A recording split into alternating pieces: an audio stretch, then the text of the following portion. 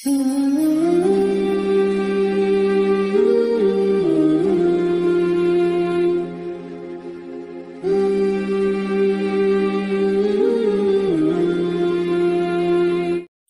الرحیم۔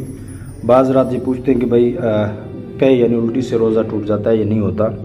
ایک ہوتی قے، ایک استسقاء۔ قے جو خود بیماری کی وجہ سے، بخار کی وجہ سے، اور جو ہے کھانا معدہ خراب ہوا کھانے کی وجہ سے، کھانا موافق نہیں ہے سحری کو، الٹی آتی ہے، تو اس دوران بلا اختیار اور بلا قصد خود بخود قے ہو گئی ہو تو اس سے روزہ فاسد نہیں ہوتا، چاہے قے تھوڑی سی ہو یا زیادہ ہو، دونوں صورتوں میں روزہ برقرار رہے گا، روزہ جو وہ باقی رہے گا، روزہ نہیں ٹوٹے گا۔ اگر اپنے اختیار سے قے کی اور منہ بھر کر قے ہوئی تو اس صورت میں روزہ فاسد ہو جائے گا۔ انگلی ڈال کے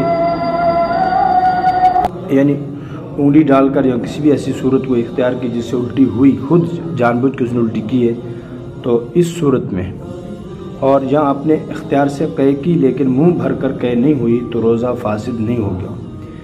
قے کی خود اختیار سے منہ بھر کر ہوئی تو روزہ ٹوٹ گیا، اور اگر منہ بھر کر نہیں ہوئی تو روزہ نہیں ٹوٹا۔ اگر اچانک تھوڑی سی قے آئی پھر بلا اختیار خود بخود حلق میں واپس چلی گئی، الٹی آئی پھر واپس چلی گئی،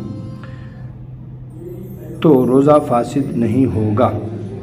ہاں اگر قصدن لوٹا لی تو روزہ فاسد ہو جائے گا، واپس لے لی تو اس سے روزہ فاسد ہو جائے گا۔ اگر قے منہ بھر کر آئی اور ایک چنے کے برابر یا اس سے زائد جان بوجھ کر اپنے اختیار سے واپس لوٹا لی تو روزہ فاسد ہو جائے گا، قضا لازم ہوگی، کفارہ نہیں ہوگا۔ اس صورت میں قضا لازم ہوگی، کفارہ لازم نہیں ہوگا۔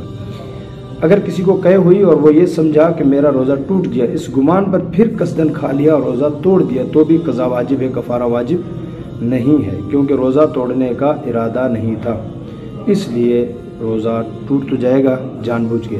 اس میں ایک ہے کہ غلطی ہے کہ بھول کر یہ فرق سمجھ لیں، ایک ہے غلطی ہے کہ بھول کر یہ کہ روزہ ہی یاد نہیں ہے، اس نے جو ہے وہ کوئی چیز کھا لی، پانی پی لیا۔ دوسری صورت ہے روزہ یاد ہے لیکن یہ معلوم نہیں کہ اسے روزہ ٹوٹتا یا نہیں ٹوٹتا، یا اس نے یہ غلطی کی، پہلے قے ہوئی، الٹی ہوئی، یا کوئی ایسی چیز اس نے بھولے سے، روزہ بھولا ہوا تھا اور اس نے کوئی چیز کھا لی، روزہ نہیں ٹوٹا تھا، اس کو پھر گمان ہوا کہ میرا روزہ چونکہ ٹوٹ چکا ہے، اب کچھ کھا پی لیا تو اس صورت میں روزہ فاسد ہو جائے گا۔